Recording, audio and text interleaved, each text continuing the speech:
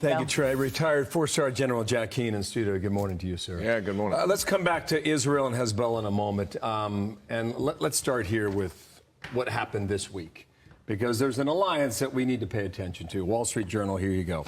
How Putin rebuilt Russia's war machine with help from U.S. adversaries. Iran, North Korea, and China are supplying the people and know-how to tool up Russia's factories and churn out arms for the war in Ukraine. This relationship could be very dangerous for us for a very long time. How do you see it? Yeah, very much so. 4 days after the State of the Union, our intelligence chiefs came before a scheduled meeting with the Congress, and they said these 4 countries that you identified here represent a threat to the United States we haven't seen in multiple decades.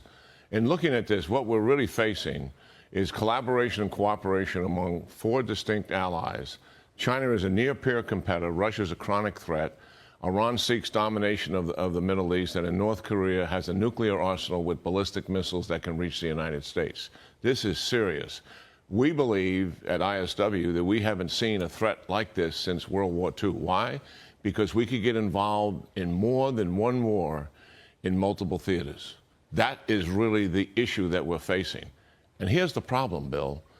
The intelligence chief said this is very serious. We haven't seen it in decades. We're saying we haven't really seen anything like this since World War II. Where is the administration having a frank conversation with the American people about the seriousness of this threat and how it would impact American security? It is not happening. And that is pretty outrageous and shameful. This as we continue to see these escalating clashes happening in the Middle East. Trey Yingst just gave us a full report between Israel and Hezbollah. Do you believe that they are inching closer to all-out war?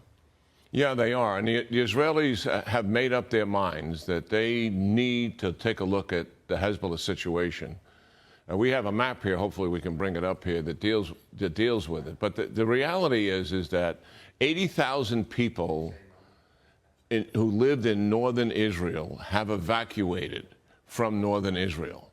And in a sense, Hezbollah has redefined the boundary of northern Israel. The Israelis believe they have got to go in there and deal with Hezbollah. And they have to push them back across the Litani. That's not the right map, but they have to push them back across the Litani River. This is 18 miles from the border. That is the issue.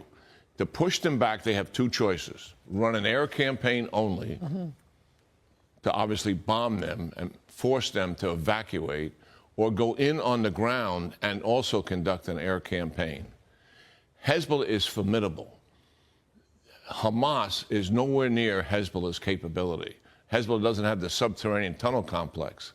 But here's the problem. 150,000 rockets and missiles can reach any town or any city and swarm those towns and cities.